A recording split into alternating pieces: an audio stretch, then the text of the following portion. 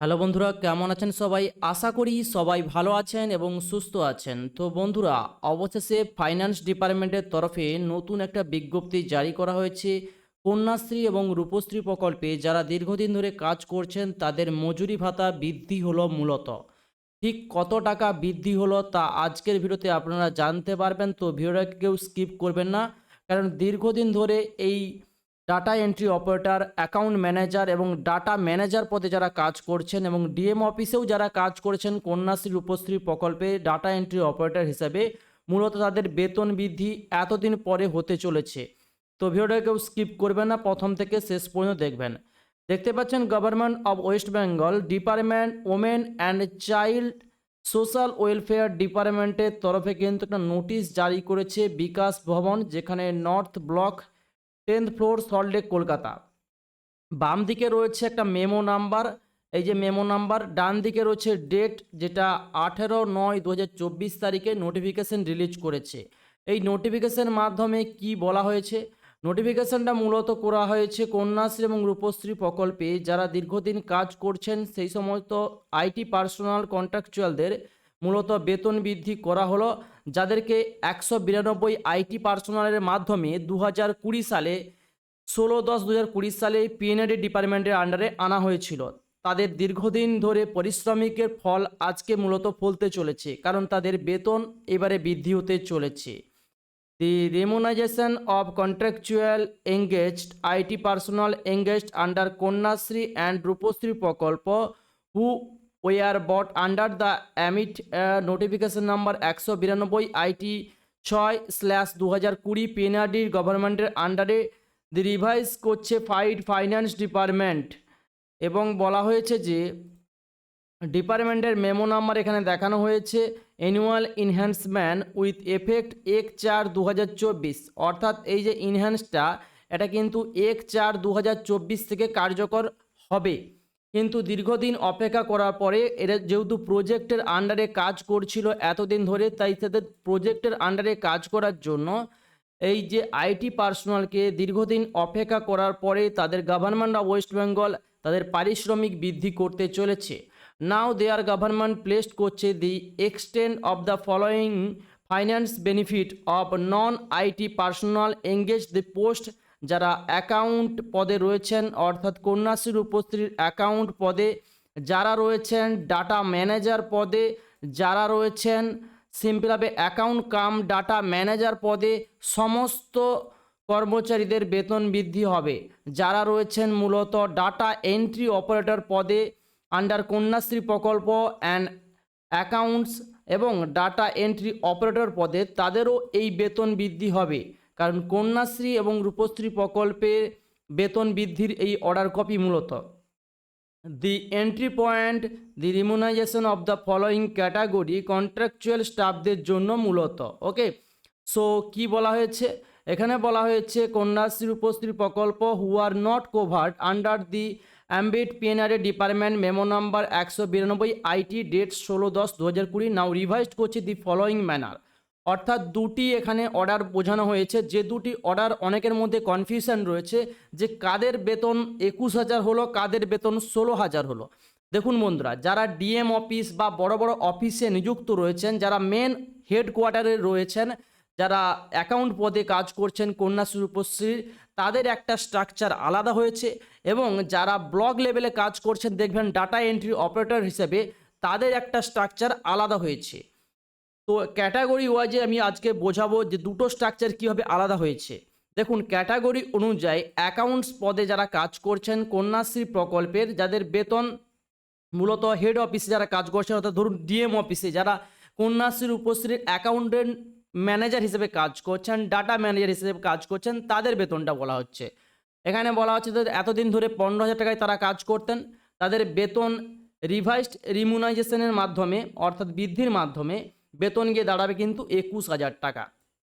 আবার যারা অ্যাকাউন্টেন্ট পদে কাজ করতেন রূপশ্রী প্রকল্পে, তারা 15,000 টাকা এতদিন পেতেন, তাদেরও রিভাইসড রিমুনারেশনের মাধ্যমে 21,000 টাকা বেতন গিয়ে দাঁড়াবে। যারা ডাটা ম্যানেজার অর্থাৎ বিভিন্ন রকম ডাটাকে কম্পিউটারে ম্যানেজ করে রাখেন, কন্যাশ্রী প্রকল্পের আওতায় কাজ করতেন, তাদের বেতন ছিল 11,000 টাকা, তাদের বেতন গিয়ে দাঁড়াবে 16,000 টাকা। এবং 4 নম্বরে যারা অ্যাকাউন্ট কাম ডাটা ম্যানেজার, অর্থাৎ অ্যাকাউন্টও সামলাতেন প্লাস ডাটা ম্যানেজার হিসেবে গুলোকে রাখতেন কম্পিউটারে, তাদের কন্যাশ্রী প্রকল্পে যারা কাজ করতেন এই ডিপার্টমেন্টে, তাদের 12,000 টাকা বেতন ছিল, তাদের বেতন গিয়ে দাঁড়ালো 16,000 টাকা।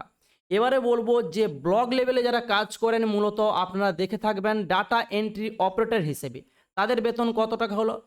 ডাটা এন্ট্রি অপারেটর হিসেবে যারা কাজ করতেন রূপশ্রী প্রকল্প, তাদের বেতন ছিল 11,000 টাকা। মূলত দীর্ঘদিন ধরে তারা 11,000 টাকা বেতনেও কাজ করেছেন। তাদের এবারে রিভাইস রেমুনেশনের মাধ্যমে, অর্থাৎ যে বার্ষিক বৃদ্ধি, সেই বৃদ্ধির ফলে এবং 192 আইটি অর্ডারকে কার্যকরী করার জন্য তাদের বেতন গিয়ে দাঁড়াবে 16,000 টাকা। এবারে আসবো সেকেন্ড স্টেপে, অর্থাৎ তাদের তো এতদিন ধরে তারা তো 3 থেকে 4 বছর কাজ করছে অলরেডি, তাদের এক্সপিরিয়েন্সের ভিত্তিতে যে অভিজ্ঞতা হয়েছে 4 বছরের, সেই অভিজ্ঞতারও একটা কিন্তু কম বেতন কাঠামো রয়েছে, তার স্ট্রাকচার এবার তুলে ধরবো। দেখুন যারা রয়েছে মূলত হেড অফিসে, ধরুন ডিএম অফিসে রয়েছে, অ্যাকাউন্ট পদে কাজ করছেন, তাদের স্যালারি স্ট্রাকচার তুলে ধরছি।